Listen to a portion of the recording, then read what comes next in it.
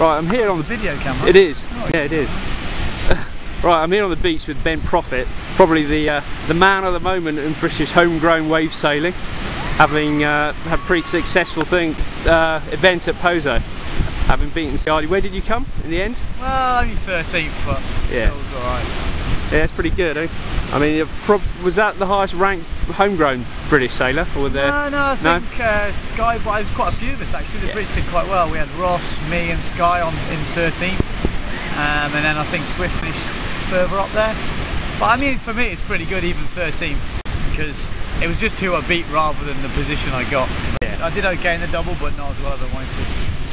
So does it make you change your perception on what your ambitions might be? I don't know, to be honest this year I haven't done hardly any sailing. I was injured for a lot of Cape Town.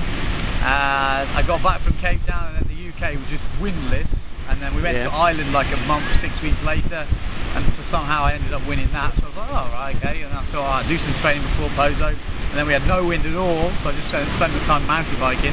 Went to Pozo a week early, we got no waves and a bit of wind, and I was like, oh god, this is not going exactly great training. And then somehow I knock out Cowley Ciardi in the first round and then nearly beat Costa in the next, and I was like, oh, wow, this is going pretty well. Maybe sailing too much is a bad thing. Yeah, no, I think time off is definitely good. You come back fired up, you don't forget how to do stuff. I've always been able to do the moves, it's just putting them together in a heat.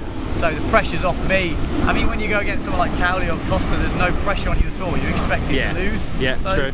It's like, I don't know, you just go and do your thing. You just want to put on a good show, and they probably feel the pressure even more so, because I'm going for stuff that if I don't land it doesn't matter, they have to land it, so there's pressures on them. And what are you working on move wise at the moment? I've been working on a lot of consistency. I mean, I need to get my doubles sorted. When you see the top boys at Pozo, they are just nailing the doubles. Costa, it's like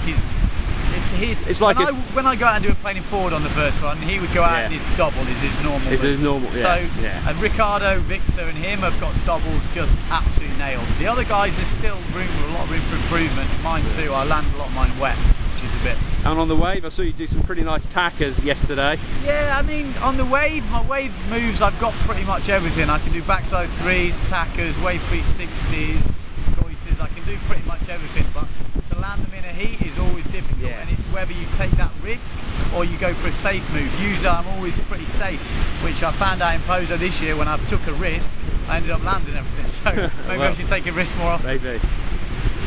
What about the 2011 gear, what's coming up? Are there any sneak previews that you could, any bits of insights? Where are the trends? I mean, well, I know from the brands that I'm with, which is Quattro and Simmer, the Simmer's changed a little bit, it's gone a little bit softer, and they've made it a little bit fuller in the bottom, which seems good. Quattro, they've kept the same onshore quad, and they've got rid of the Rhythm, which to be honest was my favourite board of all time, so I was a bit sceptical, but I haven't used the new sort of Keep the Ball quad, which is the green one.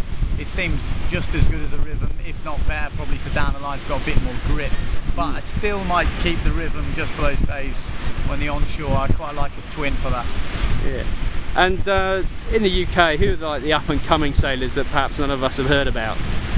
I don't think there's that many you probably haven't heard about.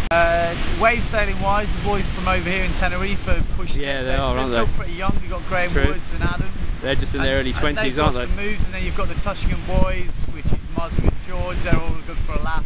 Maybe consistency's not there yet, but they're always there on the ski slope, if not on the water. I mean, there is a lot of guys, you can't really mention them all, and sometimes someone just takes a quick spurt or they go somewhere for a couple of months. I mean, the freestyle kids are the ones to watch, because they'll go away for the winter to Jerry or somewhere like this, and they come back being able to do everything. I'm quite glad I stopped the freestyle. But given that there's been so little wind in the UK, kiting, SUP? I'm a closet kiter. Well, a long time ago. I used to have I got think at the moment. SUP? But I like to, not my cup of tea. For fitness maybe, but I'd rather go surfing. If there's a wave, I'd much rather go surfing. It's more my thing. But kiting in the UK on a big kite, 12, 14, I'm all up for that. If you can't windsurf, I'd rather be on the water. Cool. Well, thanks for your time, Ben. No worries. Cheers.